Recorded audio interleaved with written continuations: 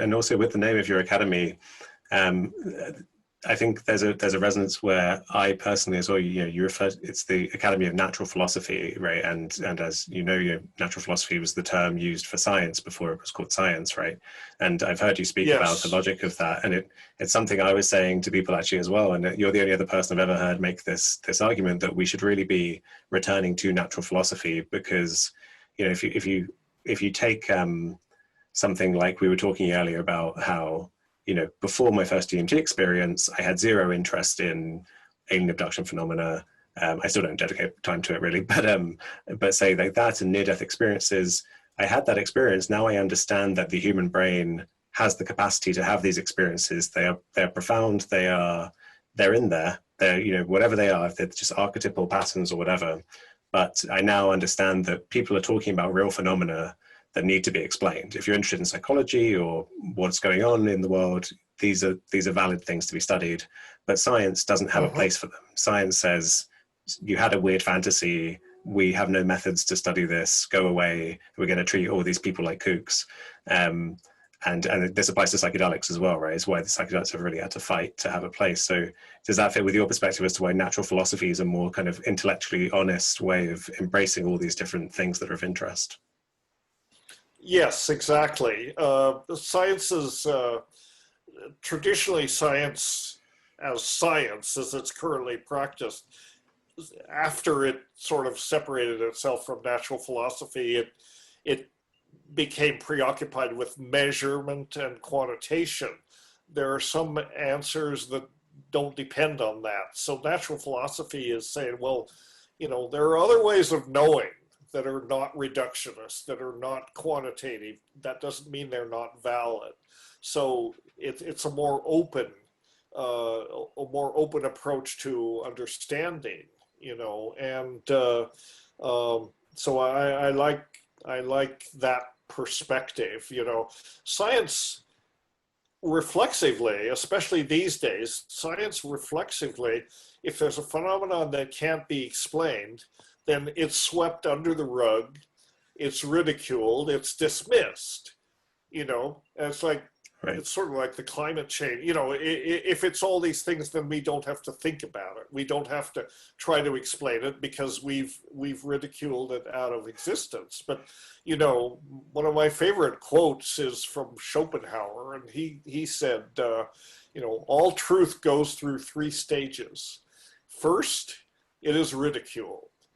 In the next phase, it is violently opposed. In the third phase, it's accepted as self-evident, and I think it's going through that. I think this understanding, we're seeing this with psychedelics. Psychedelics were marginalized, vilified, prohibited.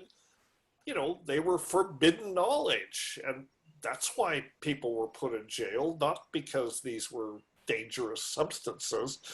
It wasn't that they were dangerous substances, they generated dangerous ideas, and ideas are the most dangerous things that we can come up with.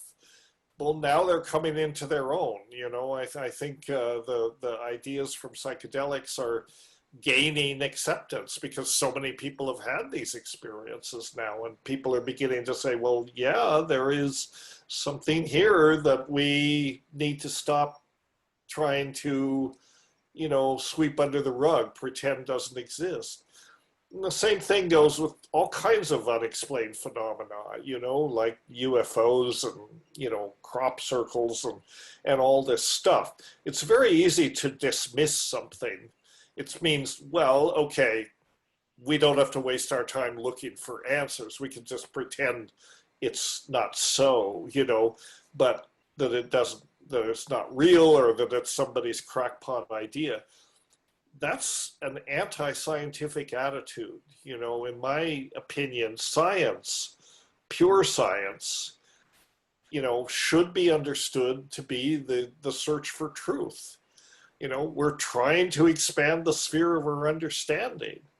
And, and science is a powerful tool for doing that because you can ask very specific questions of nature and get answers back, you know, that either validate what you thought you knew or said, no, you're completely wrong.